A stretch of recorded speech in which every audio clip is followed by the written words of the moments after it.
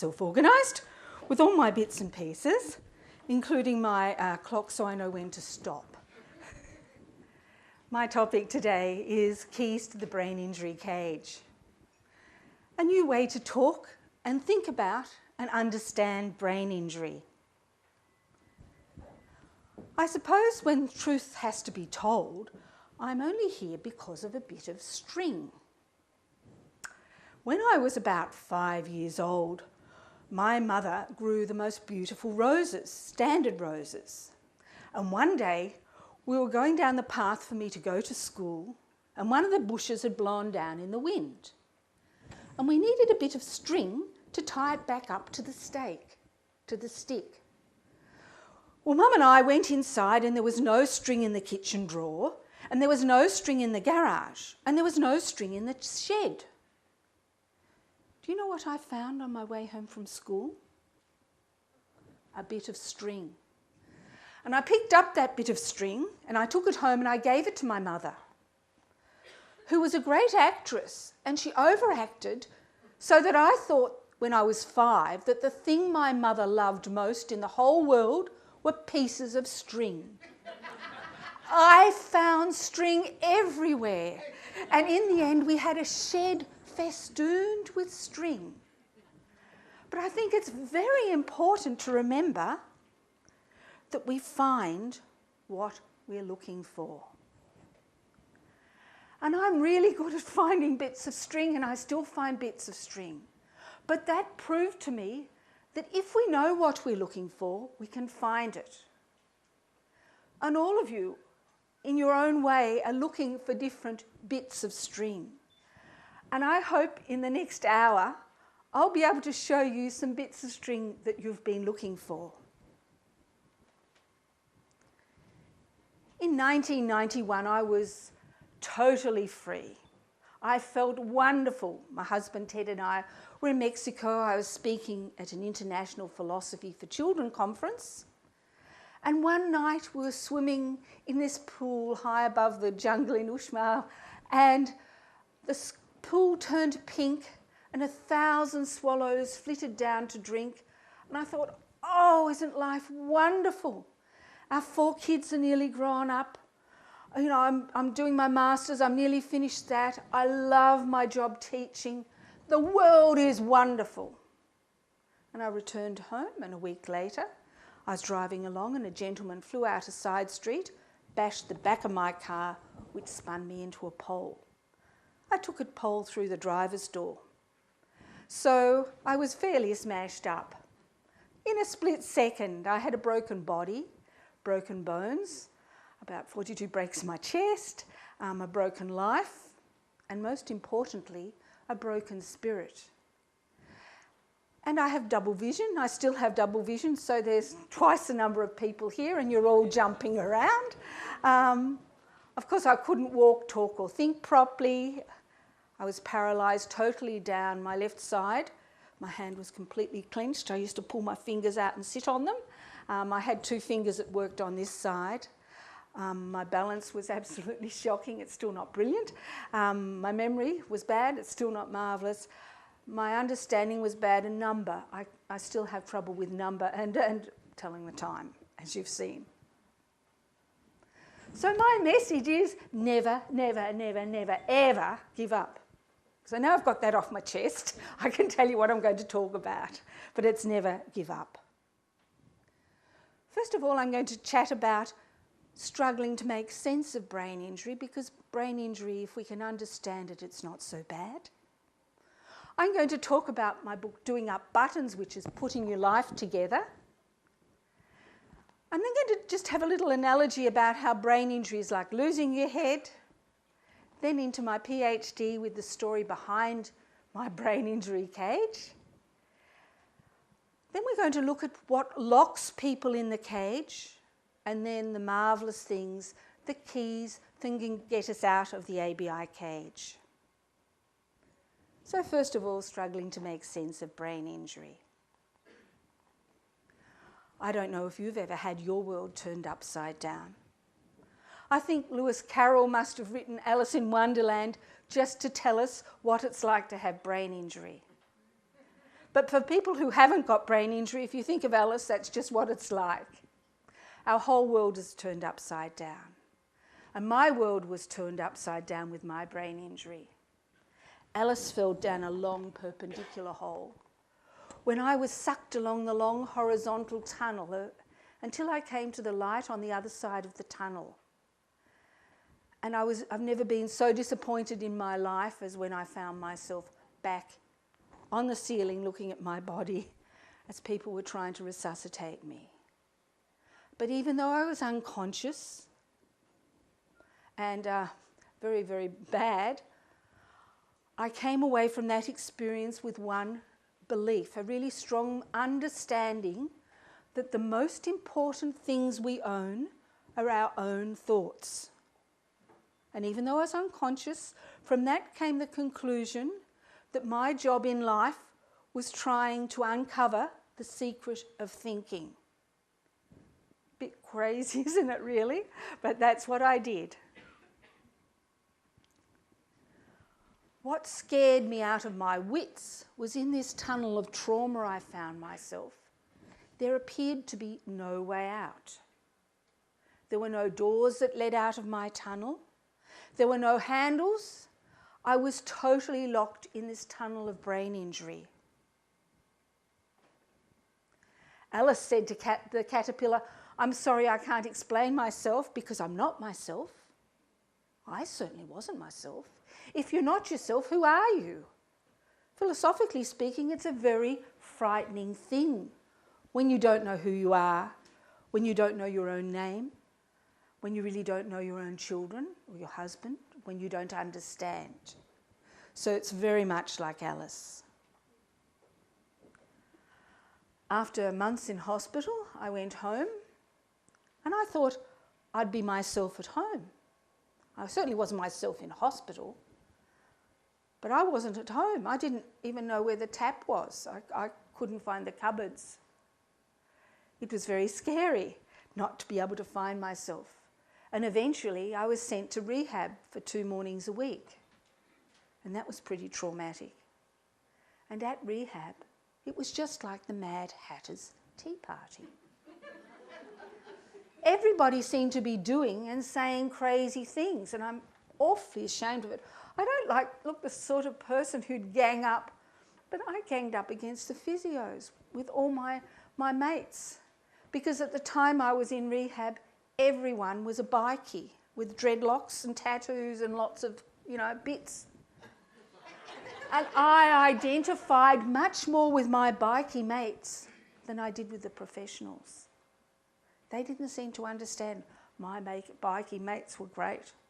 And if I could walk a bit, they'd say, "Good on you, Shirl." And we had a real bond.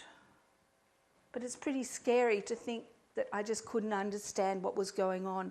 And nobody explained brain injury to me in a way I could understand.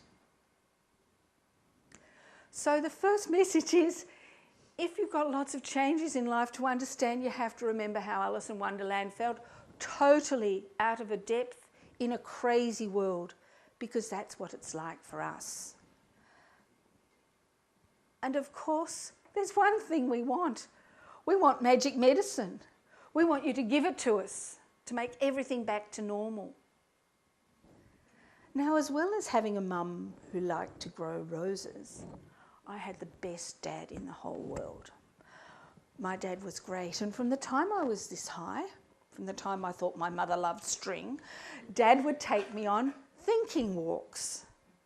And Dad and I'd go for a walk along the beach, and he'd talk to me about all sorts of things, about opera, about politics, about chess moves, things I just couldn't understand.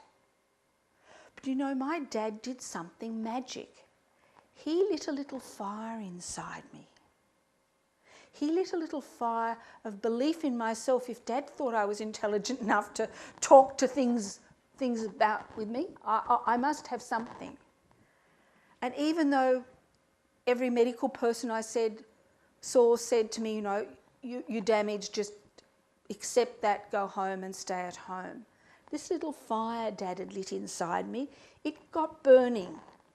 And Dad used to have a lot of sayings, he'd always quoting Shakespeare and things to me, but he used to say, Chick, he called me Chick, Chick, nil desperadum, never give up hope.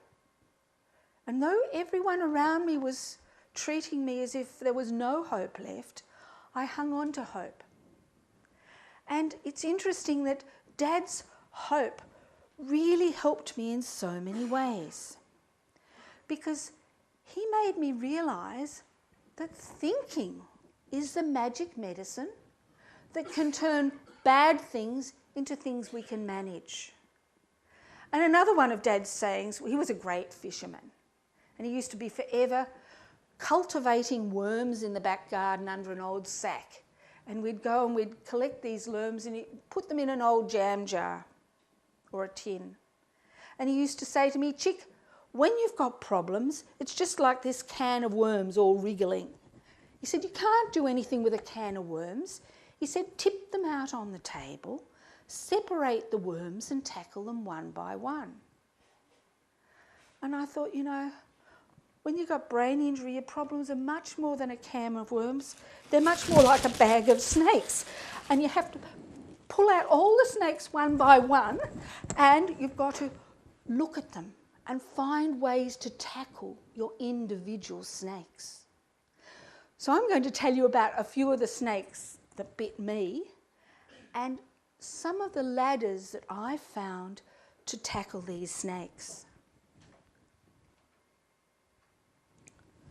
Now, the first snake was a bad snake, a really bad snake. And I think if you've got this bad snake biting you, you don't get anywhere. And that was, I hated myself. I thought I was the most loathsome, horrible person, not being able to understand or be my usual self. Oh, I was awful.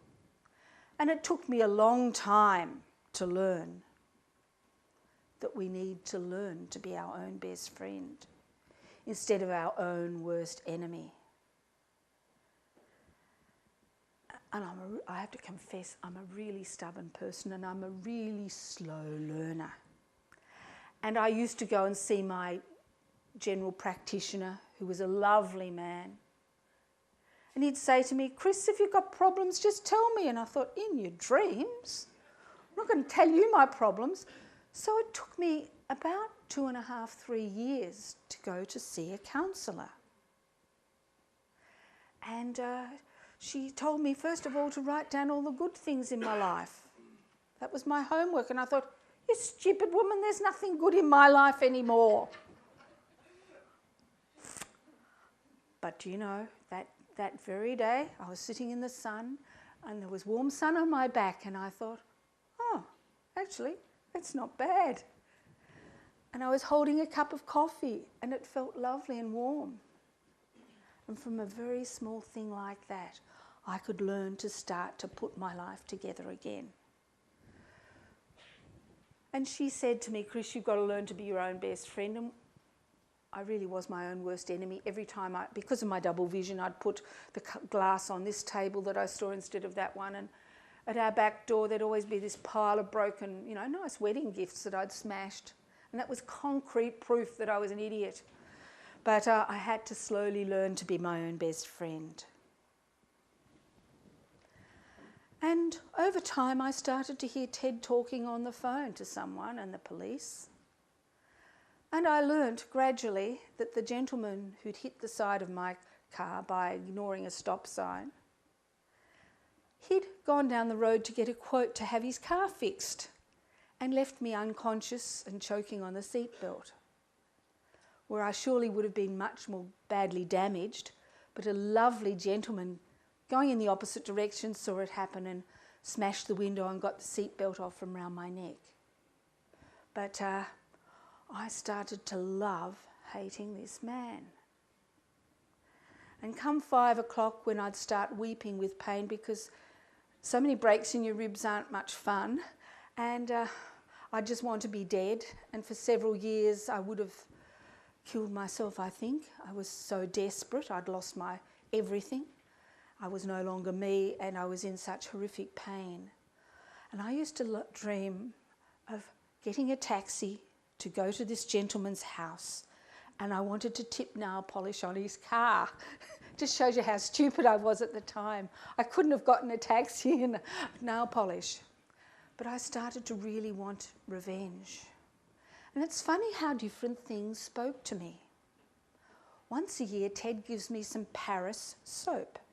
It's really expensive. It's about $30 for a cake of soap, and it's ridiculous. And I eke it out for the year. And I was having a shower with this Paris soap, and it spoke to me. And I thought, Paris soap is a luxury I can afford. Hating this man is a luxury I can't afford. And I thought that was another really interesting thing. And as well as hating him, once I got back to school and other people were taking positions I wanted, there was an awful lot of jealousy in me. And jealousy is like hatred, and we can't afford it because it stops us moving forward. Then there was a Mirage snake. Your imagination plays tricks on you, snakes. And I was really sure that Ted didn't love me. And it broke my heart. And all the time I kept saying, he's just pretending to love me. And you know what? I'm pretty good at finding string, aren't I? And I'm pretty good at finding proof. And you know, I found proof. The thing I wanted most in the whole world was a pat. And he never gave me a pat. So he couldn't love me. And it wasn't until we were in the garden one day and I was picking a plant. We have it, it's called honesty. And I thought, I have to be honest with him. And this is, 2 years down the track. And I said to him, darling, you don't really love me, do you? And it was amazing to hear that from his perspective as an engineer, it was good to send me to another doctor or get me another painkiller or get me a cushion, but he thought a pat wouldn't make me better. And we could talk about how we saw things differently. And that was a very big thing I learnt, that honesty gives us the courage and energy to climb the ladder. And then there was this little small snake that bit me. The small snake was little insignificant things, like my daughter took me off. She said, Mum, you've been home for too long, we'll go off to the shopping centre. And I saw someone eating a pie. Do you know what a pie is? Yeah, pies. We have meat pies, which are really sloshy. And you put tomato sauce on them, so they're really messy. And in normal life, I would never eat a pie walking around a shopping centre. But anyway, she bought me a pie. Within 1 second, I was covered in pie and dripping with it. And to my horror, she ran away. And I thought, I don't know how to get home. I don't know what money is. I don't know what to do, and she's run away. I can understand it. She's ashamed of me. But of course, she'd gone to get some napkins, and she wiped me up and took me home crying. And that further caused me to feel guilty, thinking there are children starving to death in the world. There are wars happening, people with terrible illness, and I'm upset about getting pie on me. But really it wasn't the pie at all, was it? The pie was a symbol that I was no longer myself. And I started thinking about it, and I realised that small things are symbols, and they are important. So if someone's talking to you about something that seems like my pie, it's a symbol of something that's worrying them.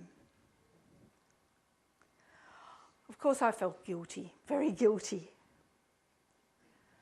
But I heard from an old lady next door to the school. Her husband had had a stroke, and he used to do crazy things like running away from home and all.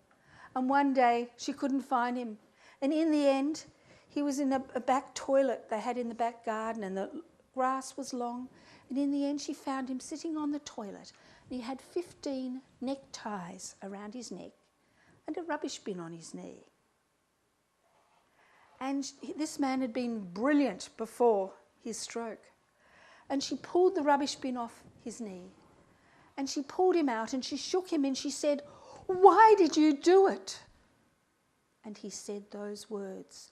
For one split second, his brain understood that at the time it seemed the right thing to do.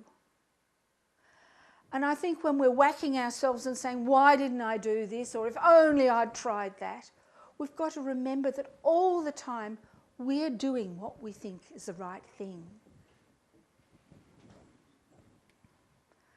Now, of course, not all snakes can be turned into ladders. But gee, we're really, really adaptable. We're in Quebec with our French friends for the weekend. And in the end, I ended up talking with a sort of French accent. We adapt to all sorts of things. And I've adapted to my double vision. I've adapted to my balance problems. As you notice, I suppose now it's nearly 20 years and it's only recently that I could walk over to there on the stage rather than hanging on to something. Even with one finger, it stops the world moving around. So everyone can learn by thinking to adapt to things once we understand. And we can become immune to the poison of those snakes. So, putting our lives together again. I was so frightened in this Alice in Wonderland world that I ended up trying to express what it was like, because, of course, I'd forget what it was like all the time. I'd forget I had brain injury. I'd forget who I was. And I ended up scribbling little poems on the backs of envelopes, or I'd tear off the cereal packet and write on that, trying to just capture it. And some nights when I was weeping, we have a glass extension to our house and the children made a bed there for me, and I'd hear them clattering round making dinner in the evening, and they'd bring me a tape recorder and I could talk onto that to try and capture how I felt so I could remember. And then I started working away on a computer. My sons put the print in about size 20 bold, and that's another thing with brain injury. You're so lonely. You're stuck at home all day. I'd worked all my life, and here I was at home. So with my one finger that worked, I tapped away. I've written lots of books with my one finger. It's nearly worn out. But after 2 years, I said to Ted, darling, I've written a book. And he said, no, you haven't. And I said, yes, I have. And I gave the manuscript to a literary agent, and blow me down, if within 1 week, Penguin Books, I don't know, do you have Penguin Books here? Big publishers. Within a week, I was signed on by Penguin Books. So slowly, I had an editor and we worked on the book, and that was good. And, it's moving on, is it? I said to Ted to tell me, I hate it when it does that. I don't know why they do that. So I was so frightened and bewildered, I thought this book might help other people. And I didn't want anyone else to feel as lost and scared as I did. So that's why I wrote the book. And also secretly, I wrote the book because I wanted to give a copy to the man who'd wrecked my life. And through the court cases, he kept saying it was my fault. And it was just awful. I can't tell you, I was so sick because I was having epilepsy and I was allergic to the Tegretol. And I was lying flat in the car and vomiting all the time, and it was just terrible, and I had to go through these court cases with him sitting next to me. And I thought I'd give him a copy of the book and show him, but of course I've never sent him a copy of the book. And the gentleman was from another country, and of course with the police he made out he couldn't speak English. But it's an amazingly small world, because the young police officer who held the drip for me while I was taken to hospital, he was a brother of one of the children I taught at school, so it was a really lovely small world.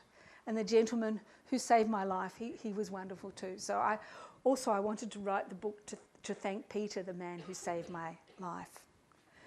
So that's the cover of my book, and you can see it's got a bird on it. So that was brought out in 1995 or 7 or something, 7, and it was reprinted. And then it was totally out of print for several years, but every week since then I've had some stranger, contact me to say the book has helped them. And from writing the book, I then had to do lots of press and so forth, and it was okay to write a book, but I couldn't remember what I'd written a book about. I didn't know anything. So, yes, it was interesting. So when I go and tally it, first of all, I used to write cues on my fingers. So at least I'd have a few points to remember. But then I'd get nervous and go to the bathroom and wash my hands and lose my cues. So I made a little brooch like this, and I'd wear it, and I'd give the brooch to the presenter and explain that this is what brain injury is like. The Dotty part stands for being, you feel like you've gone dotty or mad. Do you have that expression, Dotty? So that was the first message I could talk about. The button stands for the importance of small things, and the golden thread for talking. Because as a teacher, and particularly as a philosophy teacher now, I realise that when we're talking, we sort out our thoughts. And for years, I didn't really talk. Friends would come and have coffee, and my daughters would entertain them, and I really wouldn't know what they were talking about. I couldn't comprehend. But it wasn't until I started to talk or write that I got my ideas out. And on the back, oh, it's still doing it. Naughty thing, stop it. Stealing my thunder, I tell you what. On the back you can see it's got a safety pin. And safety pins remind me of Sherpas. Do you know who a Sherpa is? The people who carry your load when you climb Mount Everest. My daughter Helen and her husband went off to Nepal trekking, and they heard that the Sherpas liked safety pins. What? I don't know. It was a time when we'd go to Bali. We'd take all our old clothes because the Balinese were meant to like our old clothes. So anyway, Helen and Greg bought every single safety pin in Melbourne and dragged their backpacks off to Nepal, only to find the Sherpas didn't want safety pins. But safety pins remind me of Sherpas, all those people who help us. Give us a base camp, give us a plan, guide us, help us, carry our load and encourage us. In other words, this is a room full of Sherpas. I don't know if you've thought of yourself as that. Coping with brain injury is just like climbing a mountain. We need a goal. We need to know that something good can happen. We need to understand our challenges. We need a lot of damned hard work, and we need a lot of determination. And other people with brain injury are similar, and they can help us in so many different ways. We need to know we're not alone, and I think that's the most important thing. My bikie friends and I, we were a gang, we were not alone. The lady whose husband had died because he hit a kangaroo in the car and she had brain injury. We were sisters, and anyone with brain injury, you're my relative now. We're not alone, and we can encourage each other. So we can find ways to climb our mountains, and we can find ways to help other people climb mountains, and we all can be Sherpas for each other. So, you know, brain injury is very much like losing your head.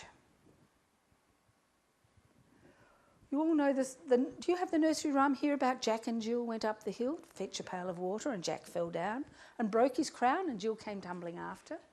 And how Jack went home to mend his head with vinegar and brown paper.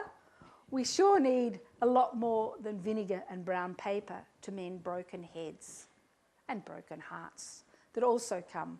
I think when we think of people with broken heads, we think of just the head, but of course the heart's broken too. It's very interesting to know that during the time of Louis XVI, that poem was meant to have been written, and Jack stood for Louis XVI, and Marie Antoinette, who came tumbling after, was Jill. You know, it's very interesting because it was believed that when someone's head was cut off, that the head could see the body for about 6 seconds. And so that's why the heads were held aloft, so the eyes could gaze back on its body and reflect. But just for the moment that you thought that was a head, you can missee people with brain injury. It was actually a balloon and a bit of contact with some knitting wool on it. And I think often people with brain injury, we're not seen properly. All our strengths are not seen, and the capabilities of us are completely not seen. So I think it's interesting to think of that. Have we skipped many, Ted? Just one. Do I go back? Oh. So I had to start to wonder what I could do to help people reconnect their heads and their body and their life. And being a teacher, I was sure the way forward led in education and learning. Freeman had said that in 1998. But brain injury and education is what I call a P2C2E. Have you heard that expression from Salman Rushdie? A process too complicated to explain? I think it is a very good example of that. So in order to make progress when we've got brain injury, we need information about brain injury so we can see and understand our difficulties, because we don't see them and we don't understand them and we don't even know we've got them. And we need to find ways to cope. And to do that, in my PhD, I had to develop something that wasn't threatening and it wasn't simple like going from A to B. People with brain injury don't want another test. Did you hear me? We don't want another test because tests disempower us. I must have done 6 or 7 IQ tests within 6 months. As a teacher, I knew an IQ test wasn't valid unless it was only done once a year. I have had specialists put the blocks together for me and give me the answer. I've had people scream at me, a gentleman very high up screamed at me that I was pretending because I couldn't do the maths part, but I was okay with the language part. Every time I did a test, it pointed out, you're a stupid idiot. That's what it means. So when I decided to do a PhD, I thought, I can't do a test. I'm not going to subject anyone to another test. And if there's one thing I could do is to change that part of rehab. Also, what does an IQ test tell you about a person? Surely talking to them helps more. So that was one interesting thing. I didn't want another test. So there's so many issues once I started unpacking it with testing. There's power. There's the countless tests we're given. Test after test, every day a test. If I gave you a test every day, would you like it? No. It just shows our weaknesses. So my challenge was to try and use educational principles to help people with brain injury feel and fare better.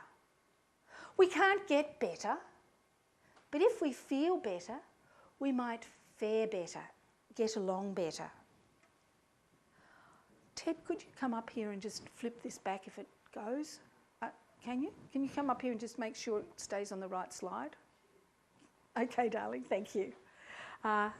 So what I wanted to do was find the factors that negatively affect people and the things that positively affect people. And I thought then I'd have some sort of way of understanding what could be done to make a learning resource to help people feel and fare better. Oh, it's all going everywhere, is it? Hang on, let me go. It's gone. It's frozen. Okay. So I do know a little bit about learning. And this is my book, Chasing Ideas, which was the result of, in the end, I took over 4,000 thinking workshops with students. And my students taught me how to think. And communicating with them was wonderful. So I wanted to collect all this information to do a learning resource. So as a teacher, I'd learned lots of things. And I've learned that lots of things can block learning. And I think in rehab, we've got so many blockers, we're not seeing many bits through those blockers. The first thing I learnt with my students is we learn best when we're having fun and doing something.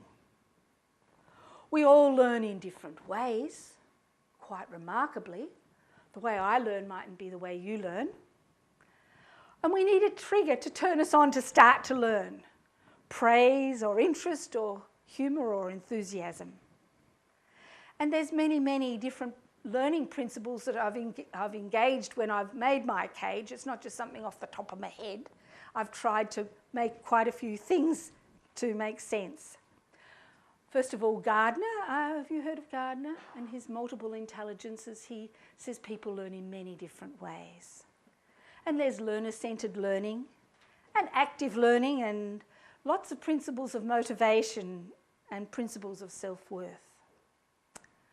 So from my experience going to school 2 days a week, taking philosophy and thinking workshops, I learned quite a lot. And I was really lucky because at the time I couldn't spell and I couldn't write very well. But I tried to record the discussions because I want to say to my boss, well, look, we are doing something in this room when everyone's screaming and yelling and having fun. We are getting a lot of really interesting things happening. And so fortunately, I'd have a big bit of paper and I'd try and write some notes on it, and the kids would say to me, oh, Mrs. D, come here, you know you can't spell, and they'd write for me. And I tell you what, kids love to have a teacher who's disabled. They just love it. I had awful problems though, because they all wanted to hug me all the time, and they also, going to the classroom, I'd go and collect them and take them to my philosophy room. And they'd all be pulling on my arm saying, what are we doing today? What are we doing today? They'd be so excited. But from all the notes the children took for me, I put it together and wrote this book, and I was really lucky that Edward de Bono did the endorsement for it. But it talks about all different ways we can learn. So I knew there were 3 ways only to a child's brain: through their eyes and how they saw things, through their hearts and how they felt, and most importantly, through their funny bones. Sense of humour is wonderful with children, and something curious is wonderful with children. One really incredible lesson was I just went in one day and I put a can of baked beans. Do you have baked beans? I put it on the table. I said, our lesson's in that. Immediately they were really curious. These were 5-year-old children. I said to them, oh, I was thinking about baked beans. I was thinking about a story with beans in it. Do you have story Jack and the Beanstalk? Of course someone said Jack and the Beanstalk. I said, I wondered, is Jack good or bad? The first child said, Jack was good, he killed the giant. This is 5-year-olds. The next child said, does that mean it's good to kill bad people? And the next child said, how do we know who's good or bad? So it's quite remarkable the things that children can come up with. Now, as a person with brain injury, I realised we're just like someone in a suit of armour. We're totally locked in, and we're very hard to get through to. We've put on the armour with something to protect our heads, something to protect our eyes from seeing reality because it's so painful, and to protect our hearts because they're broken. So I developed what I call handy thinking tools. And I knew we always had our hands on us, so I'd use them as cues, hadn't I? And I have 2 beautiful white fantail doves called Lovey-Dovey and Cloud. And my son got them for me, and they'd had their bottoms pecked by all the other birds, so they had no feathers. They were the ugliest looking things you've ever seen. And I used to wrap them up in a towel and put them on my knee when I was writing my book. And so first thing we need to do when we have an issue to look at is pigeonhole it. Say, what is this like? What have I done in other situations like that? Our pointer finger is to point out or find the facts. Our middle finger is in the middle of our hand, like our heart's in the middle of our body, and that tells us find the feelings. And our ring finger has a ring on it, and a ring has a hole in the middle, so to look at the whole issue, we need to look at the good, the bad, and the curious parts. And if my little finger was going to be like my other fingers, it needs growth. And growth stands for great, original, wise thinking. And we say, what if? So I'm going to give you just a couple of minutes to stop listening to me. If you could turn to your neighbour and see how many outlandish ways you could pigeonhole or classify those animals. See if you can find a few, and then I'll get a couple of you to yell them out and tell us some funny ways we could classify those animals.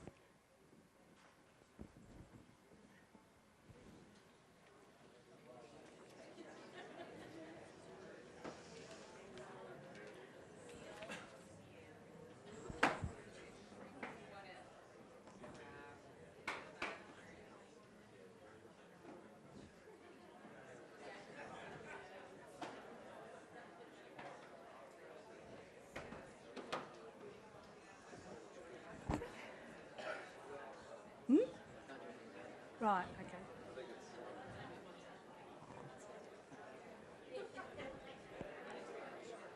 Okay, who's got something you think is rather a funny way we could classify those animals or pigeonhole them? Yes? There's a Disney movie made by at least most of them. Oh, that's... Oh, well done. Any other crazy way to classify them? Come on, you must have some beaut ones. Ordinary ways to classify them. Creatures of air, land, and water. Fantastic. In the water or Yep. What about animals we eat and animals that eat us?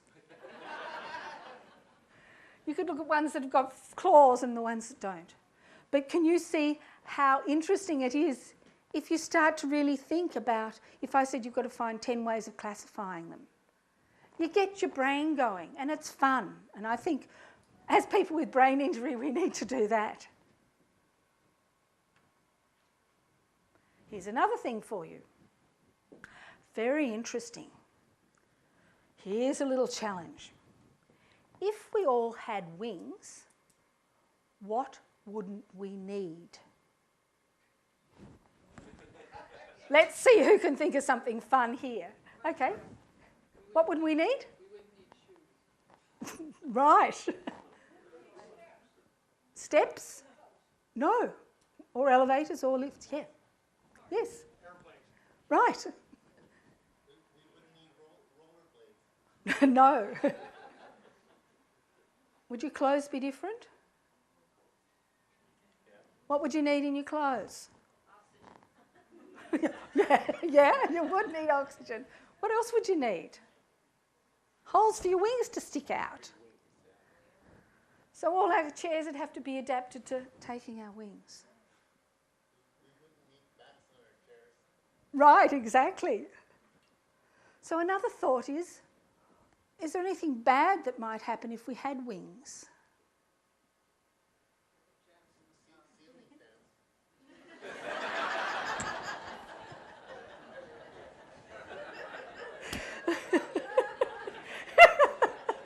Oh dear.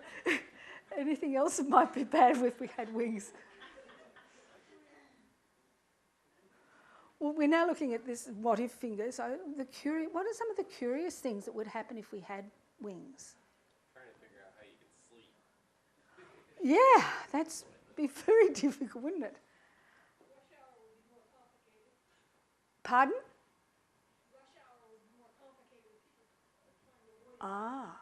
So you mean to say we'd need to start to have a whole lot of new rules? So can you see how looking at what seems to be quite crazy things can get our brains going again and get them thinking? So as people with brain injury, we learn when we're really engaged. If you've learned to walk once, do you really want to learn to walk again? You really just want to be how you were. So we need to, we really need to be encouraging and helpful. You go to rehab and you think, well, you want, from professional point of view, you think, you're here, you want to learn. But we really don't. We just want to be ourselves. So there's quite a lot to think about. We see things differently through our eyes, and our hearts feel differently, and our funny bone is needed, and our sense of humour. So I think those things are really important. I thought I wasn't a proper person because I couldn't walk, talk, or think properly. There's my lovely fantail doves, lovey-dovey and cloud, and they weren't proper birds. Do you know the story why they've been bred like that? They've been bred to fly in the air, and they don't fly very well at all. They just make this big commotion. But they're released to be like a flag for the other flying pigeons to find their way home. And I'd hoped that my book was going to be like that, something to give people peace and bring them home. My fantail doves really were a good team with me. I felt very comfortable with them because they couldn't walk very well, and once their feathers started to grow, I'd take them outside and give them flying lessons, and they'd just go flop on the ground, and it took a lot of getting them going. And when they walk, they waddle, and they're very funny. Their heads go right over their backs, so often they look as though they didn't have a head. They were just like me. So rather than giving people with brain injury another test, did you hear that? I used Lovey-Dovey's cage, which I'd put them in to take them on television and tell that little story, how people with brain injury don't feel like proper people. And I used the flying pig. Do you have that expression? That pigs can fly, meaning the most impossible things can happen. And I hope to help them think positively. And my old walking stick. And here we have my cage, which admittedly is this high, and poor Ted had to take it to every interview, squish it into the car, and we had the big pole and we had to assemble it all. And one day I had a television interview on our ABC, and he's getting the cage out of the car, and he bent over and split it. We just had surgery on his back, split his back. And he said, "Is my back all right?" And I looked, and his shirt was covered in blood, and looked down his pants and saw all this blood. I said, "Oh no, darling, it's wonderful." And we went on with the interview, and then as soon as it had finished, I said, "Quick, let's get you sewn up again." But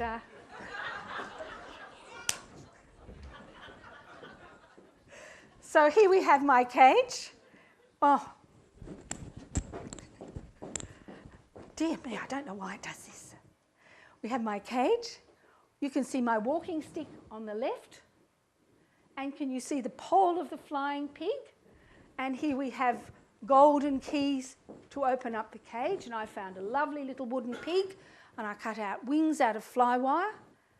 And a blind lady I was interviewing had a good feel of it all, and it made a lot of sense to her as a blind person. And she made the joke, well, the pig's not going to get off the ground if its wings are made of fly wire. So I thought she was very clever to have picked that.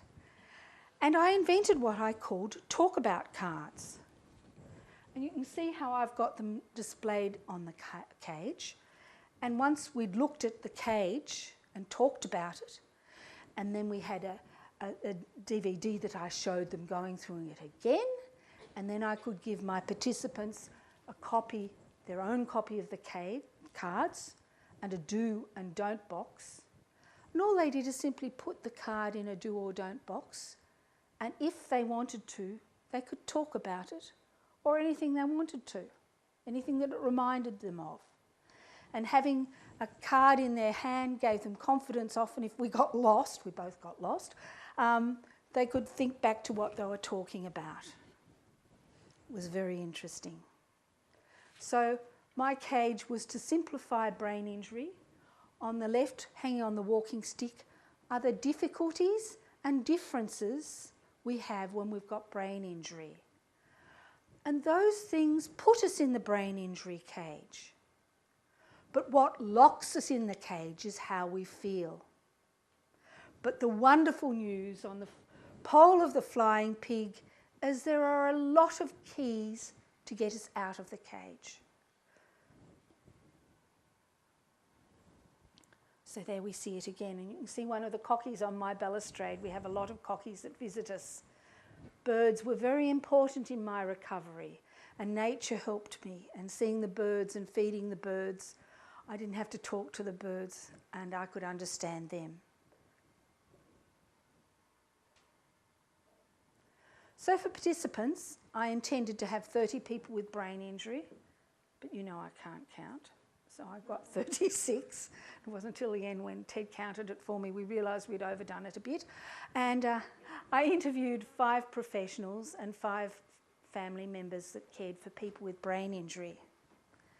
And the whole study was aimed to be very empowering and to help people understand and not to be negative and not to make them feel bad. And I had this aim that everyone who left the hour we spent together was going to feel better rather than worse. So that's how I set about doing it.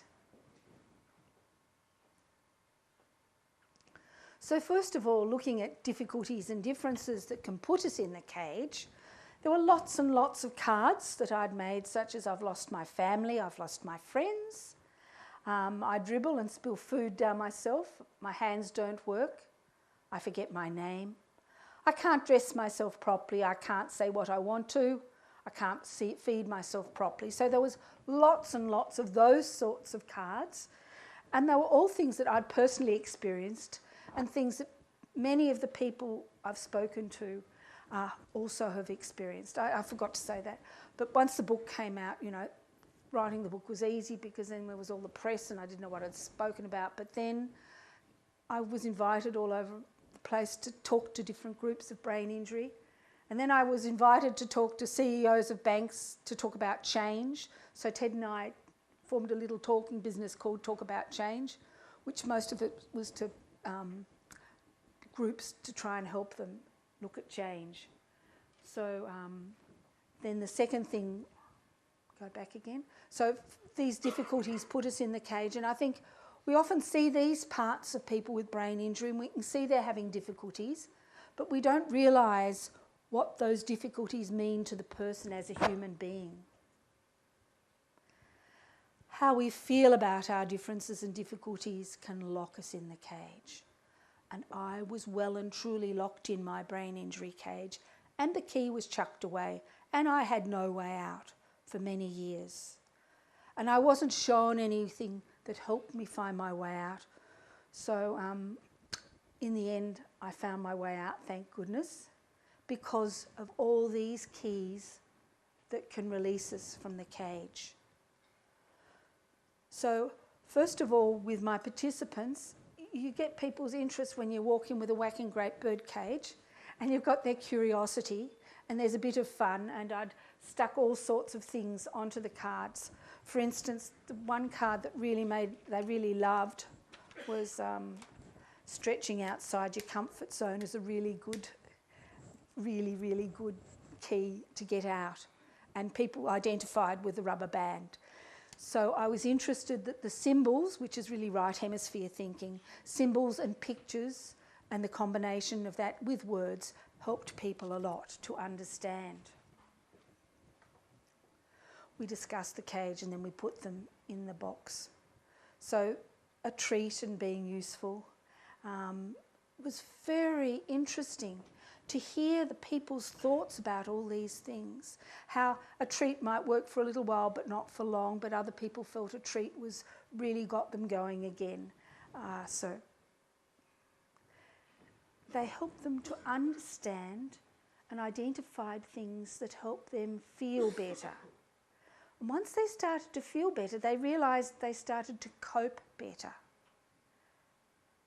So our bodies mightn't get better, and I mightn't walk very well, and I might still have terrible trouble trying to get from the pavement to the precious traffic light.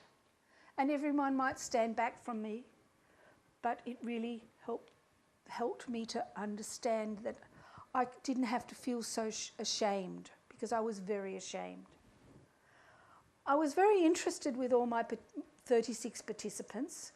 Quite a few people expressed this, a thought that Bob, a gentleman who had brain injury and had had brain injury for 7 years, said he'd been denying he'd had brain injury for 7 years, but 1 hour visiting the cage made him realise that yes, he did have brain injury. So I thought that was quite interesting that a bird cage could help people understand. So looking at some of my findings, it's very interesting to think of things that lock people in the cage. Could anyone tell me some of the things you think lock people in the cage? Isolation is a really good one. Pardon? Judgment from authority. Ah, judgment from other people. Fatigue. I normally still have a nap for just 20 minutes in the afternoon. I need it, especially when I was studying. It helps my eyes come back again. But yes, fatigue, and it doesn't leave us very much, except when you're travelling and you're excited and you run like a maniac. Do you have that expression, a maniac, someone who's crazy? What else might lock people in the cage? Self-doubt? Was that self-doubt? Yeah. So you mean biting off more than you can chew and then ending up in a mess? Yes. Well, here are some of the things that I discovered from my people. If I jump to see them. People can feel locked in and trapped, and as if they are imprisoned. And the things that came through loud and clear was people felt ashamed and afraid and isolated. There was this terrible sense of loss between the old and the new me. There was lost in the world. The fact that you're no longer like a normal person and you can't understand or function normally. And I heard about a lot of weird abnormal issues. It was very interesting because they started to make sense to me, and I don't know if anyone's done studies on these things. You might know all about it. But I had one lady who expressed to me this thought that she couldn't talk on the telephone. But she couldn't say she couldn't talk on the telephone because she had no words. And I had the most appalling problems talking on the telephone.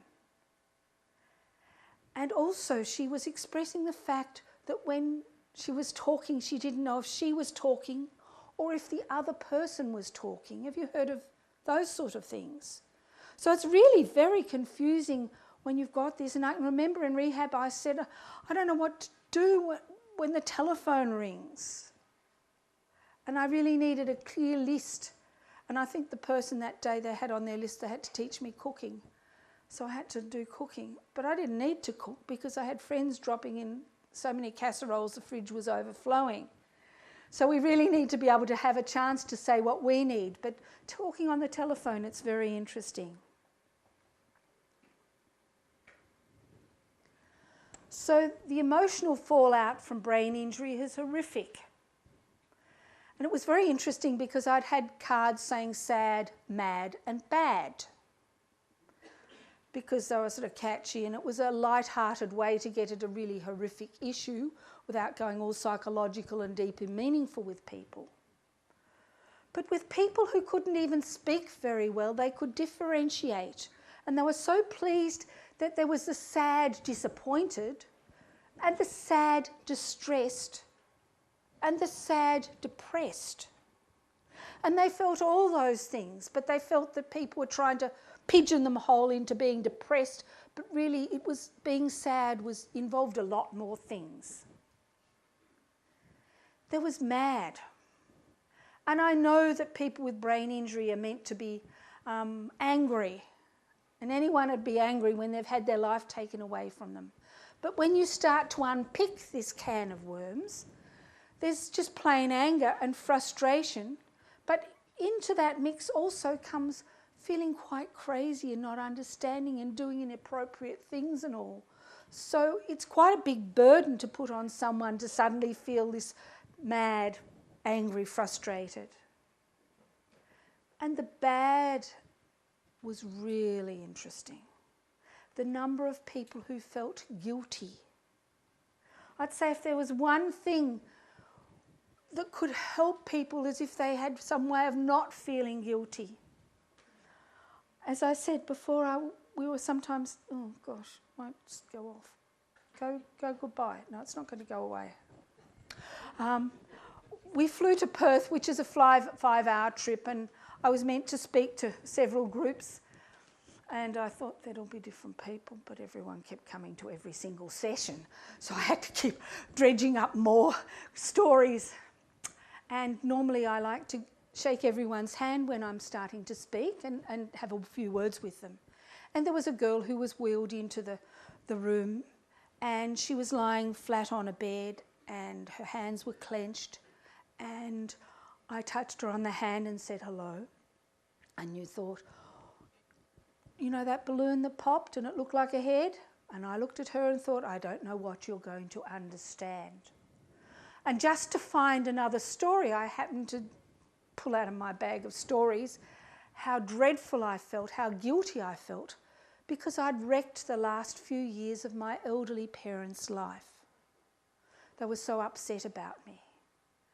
And suddenly from the audience, from this girl, was the most horrific scream you've ever heard. I get tears in my eyes now when I think about it.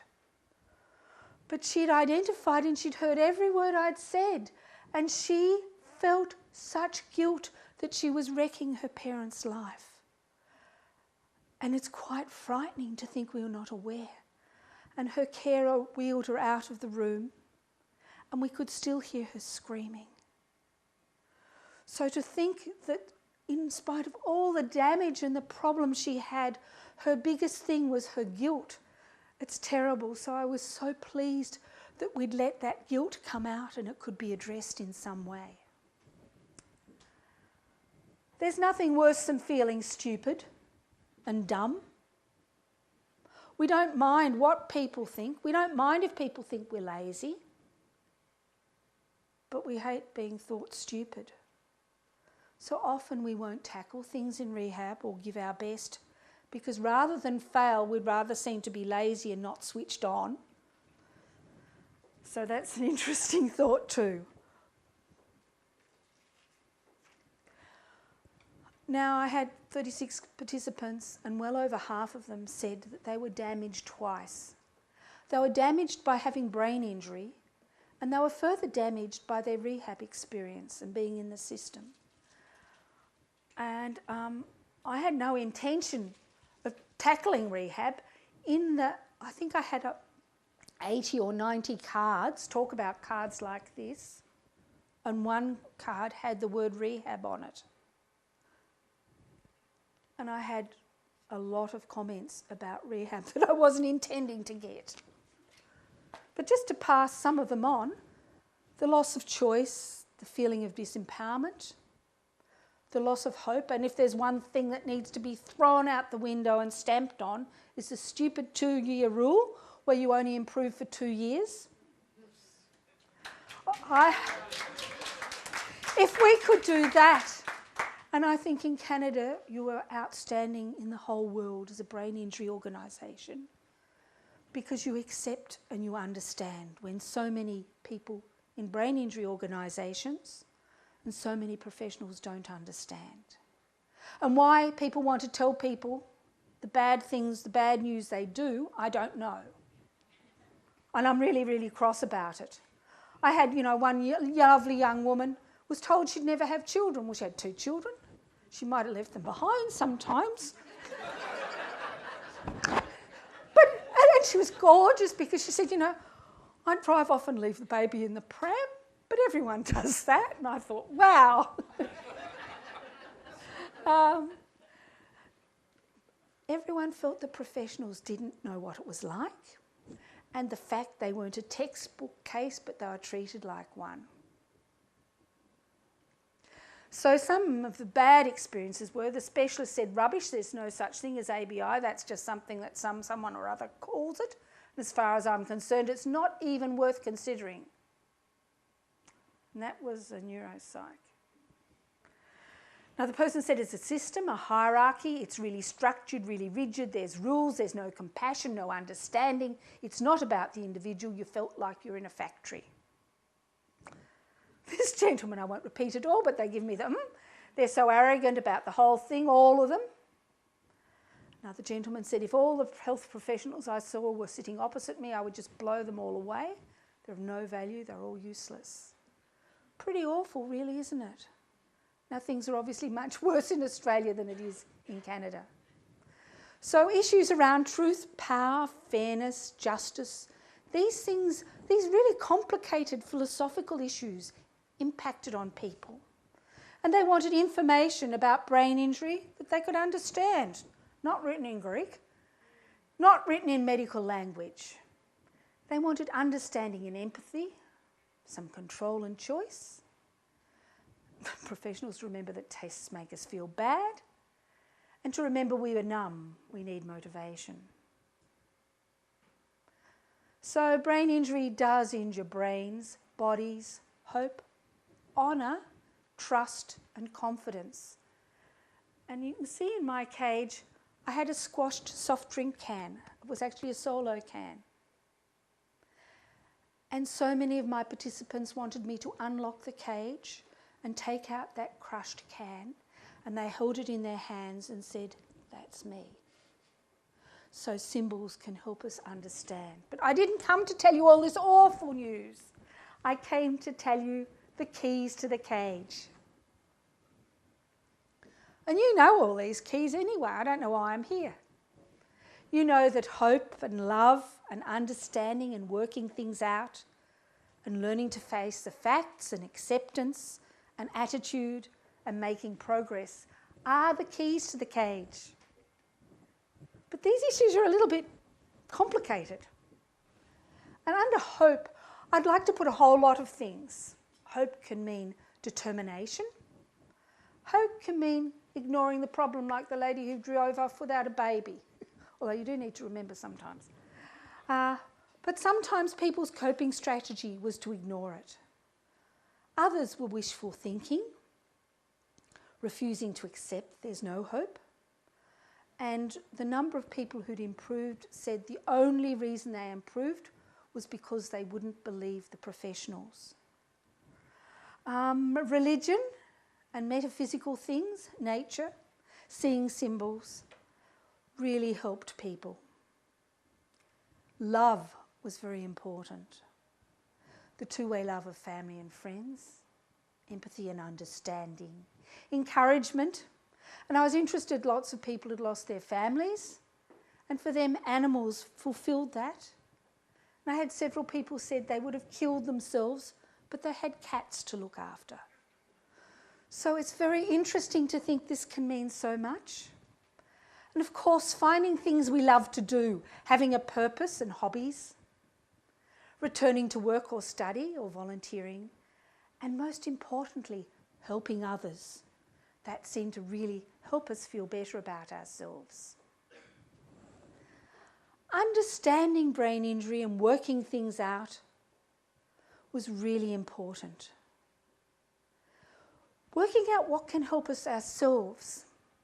We have to teach our body to work again, and that's where rehab and physios and chiros and all sorts of people can help our bodies get going.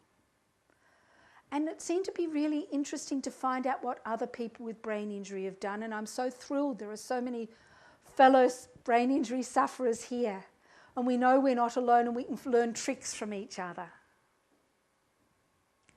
Learning to face the facts. I've got piano keys there. We need to practice piano, and we need to practice trying to face the facts. The way sometimes a journey is the important thing, not the destination. The journeying of accepting the fact is really important, because let's face the fact that we're not actually going to be totally better at the end, but it's the journey of accepting, having a positive attitude, trying to solve our problems ourselves, working out what to do, recognising the positive things, and sense of humour and resilience. And lastly but not least, making progress. Brain injury is not all bad. when we can do some normal things or return to work or study, once we can even get out and about and have a cup of coffee, when we can achieve some hard things, some of us can get the survivor's high. Some of the people, my participants, said, now I understand medical terms are hard enough if you don't have brain injury, but if you do, it's like another language. The cage had let them open up their own eyes. The talk about cards let them remember and brings back a lot. This lady just wanted to have her own cage, and someone was still walking around dragging their cage. Professionals felt, when I did it with a group, felt every person could really get it and understand. And perceptions can change once you've got a metaphor. And from then on, she was going to always be talking about the keys. Let's look for the keys. So after thinking about their brain injury experience with keys to the cage, some people, and this was 3 people out of 36, so lots of them were still had one leg in the cage, but 3 people said the same things. They said they now appreciate being alive. Every moment is wonderful. They now feel aware of their strengths and their weaknesses. They understand more about life. And they feel wise. So for them, brain injury was both the worst and the best thing that had happened to them in their life. I think it would be wonderful if we could have more than 3 out of 36 who feel and understand. But I think because our bodies won't really go back to how they were, and we'll still have difficulty balancing, and we still won't see brilliantly, and we still will have trouble with our memory, it's only going to be through thinking and understanding that we can have this feeling of being wise. I think it's really interesting to think if someone has the opportunity to explore brain injury and really think about how it's affected them, they can be strengthened, and they need to have the opportunity to tell their story and reflect and understand. And I've done a lot of work with writing groups and poetry groups with people with brain injury, and I think that we can think somehow differently when we have brain injury. So by using different keys, we can open up the brain injury cage and release ourselves so we're free to take on the rest of the journey that's the rest of our lives. We can find ways to turn our snakes into ladders. I've learnt that triumph is made up of 2 words, try and umph. And I've certainly learnt that pigs can fly. I hope that this little talk has brought some hope to some of you, that you found bits of string you were looking for, but that at least it can bring hope, help other possibilities emerge. Thank you very much.